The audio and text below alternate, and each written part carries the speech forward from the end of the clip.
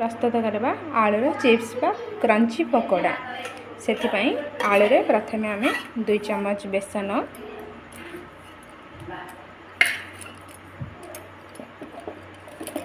गोटे चम्मच कॉर्नफ्लोर स्वाद अनुसार लुण किछि भुसंगा पत्र लंका गुंड अल्प हल्दी पाउडर कलर पाई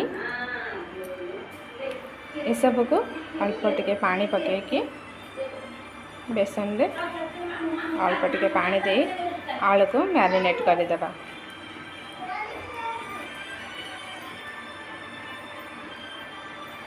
भाव में आलू को आम प्रथम मैरिनेट कर रखि जेहेतु आम बेकिंग पाउडर गोटे चुटकी देते से किसी समय छाड़देले आलूटा क्रिस्पी हो।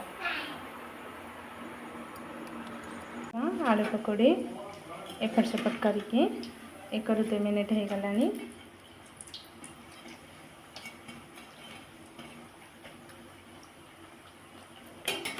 भाव में क्रिस्पी आलू पकोड़ी गुड़िक प्रस्तुत करनेबा।